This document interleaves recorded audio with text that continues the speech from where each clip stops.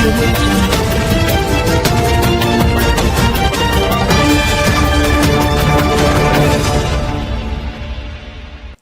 मैं प्रिया। आप देख रहे हैं आंचलिक खबरें, अपनों की खबर आप तक। आइए नजर डालते हैं दिन भर की बड़ी खबरों पर।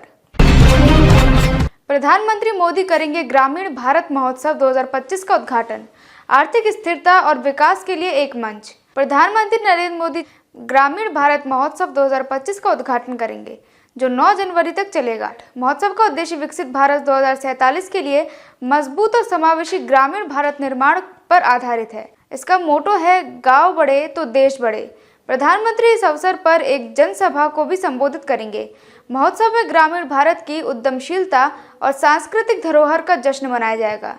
इसके तहत चर्चाएं, कार्यशालाएं और मास्टर क्लास आयोजित की जाएंगी, जिनमें ग्रामीण बुनियादी ढांचे को सुधारने, आत्मनिर्भर अर्थव्यवस्था और नवाचार को बढ़ावा देने पर ध्यान दिया जाएगा।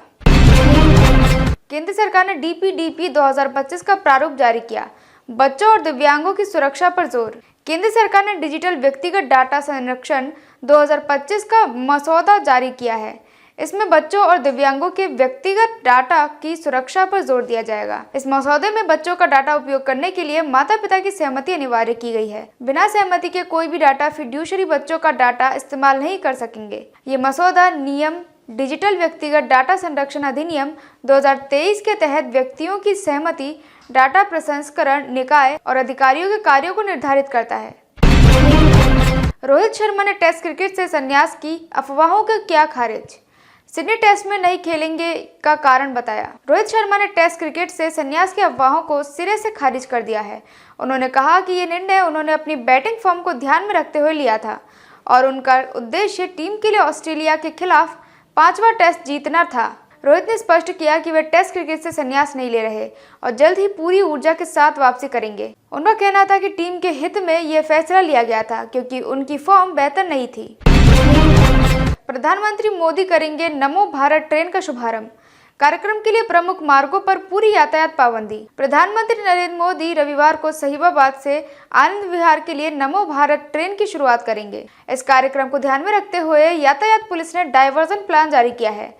रविवार सुबह 7 बजे से हिंडन एयरफोर्स स्टेशन के प्रवेश द्वार से यूपी गेट तक मोहन नगर, वसुंधरा और वैशाली तक रूट डायवर्जन रहेगा। ADCP यातायात पीयूष सिंह ने बताया कि मोहन नगर से यूपी गेट तक सभी प्रकार के वाहनों का संचालन पूरी तरह से प्रतिबंधित रहेगा।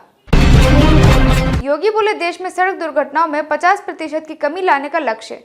यातायात पुलिस में महिलाओं की अलग विंग बनाने का आदेश। मुख्यमंत्री योगी आदित्यनाथ ने यातायात पुलिस में महिलाओं के लिए अलग विंग बनाने का आदेश दिया है, जिसमें महिला निरीक्षक, उप निरीक्षक और सिपाही तैनात किए जाएंगे। इसके अलावा उन्होंने यातायात पुलिस कर्मियों की कमी को देखते हुए 10,000 अतिरिक्त पद सृजित करने पर विचार करने की बात भी कही है। मुख्यमंत्री कार्यालय ने सड़क सुरक्षा परिषद की बैठक के बाद दिशा निर्देश जारी किए हैं, जिसमें प्रदेश में सड़क दुर्घटनाओं में 50% की कमी लाने का लक्ष्य निर्धारित किया गया है। फरिश्ते योजना में 4.98 करोड़ रुपए का भुगतान। राजनिवास का दावा। दिल्ली सरकार ने फरिश्ते योजना याचिका वापस ली। राजनिवास का खुलासा। राजनिवास ने दिल्ली सरकार पर फरिश्ते योजना को लेकर निशाना साधा है। दावा किया कि दिल्ली सरकार इस मामले में केवल राजनीति कर रही थी। योजना का उद्देश्य सड़क दुर्घटना में घायल व्यक्तियों को इलाज की सुविधा देना है। उपराज्यपाल कार्यालय के अनुसार दिल्ली के स्वास्थ्य मंत्री सौरभ भारद्वाज ने सर्वोच्च न्यायालय में दायर रिट याचिका को वापस ले लिया, जिससे उनके दावे झूठे साबित होते हैं। ये उपराज्यपाल कार्यालय और दिल्ली के स्वास्थ्य सचिव के रुख को सही ठहराता है। दिल्ली सरकार और अधिकारियों के बीच मुफ्त जांच सेवाओं को लेकर विवाद। 31 जनवरी के बाद मुफ्त प्रयोगशाला जांच सेवाएं हो सकती हैं बाधित।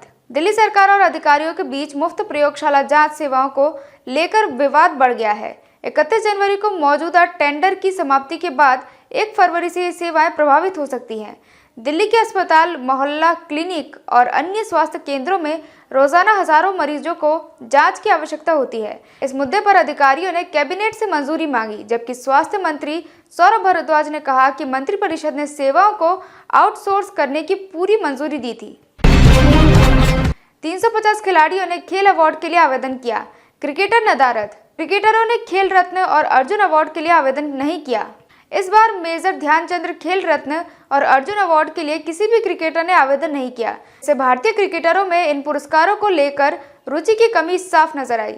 लगभग 350 खिलाड़ियों ने आवेदन किया, लेकिन क्रिकेटरों का कोई भी खिलाड़ी इसमें शामिल नहीं था। खेल मंत्रालय ने पिछली बार की तरह स्वतः संज्ञान लेने का निर्णय नहीं लिया। जैसे पिछले वर्ष मोहम्मद शमी को अर्जुन अवार्ड दिया गया था, इस बार अर्जुन अवार्ड के दावेदार जसप्रीत बुमराह और कोच राहुल द्रविड़ थे, लेकिन उनका आवेदन न होने के कारण उन्हें पुरस्कार नहीं मिला। उत्तर भारत में कड़ी ठंड और घना कोहरा, येलो और ऑरेंज अलर्ट जारी। दिल्ली में कोहरे के कारण 100 से ज्यादा उड़ानें प्रभावित, 150 ट्रेनें देरी से चली। उत्तर भारत में कड़ाके की ठंड और घने कोहरे ने लोगों की परेशानी बढ़ा दी है। दिल्ली, पंजाब, हरियाणा, यूपी, हिमाचल और अन्य राज्यों में येलो और ऑरेंज अलर्ट जारी किया गया है। आईएमडी के मुताबिक पश्चिम विक्षोभ के प्रभाव से दिल्ली में 6 जनवरी तक तेज हवाओं के साथ बारिश हो सकती है। दिल्ली में घने कोहरे के कारण विमान संचालन में देरी हुई, 100 से ज्यादा उड़ानें प्रभावित हुई, जबकि 150 ट्रेनें देरी से चली। यूपी और उत्तर भारत में तापमान में गिरावट आई है।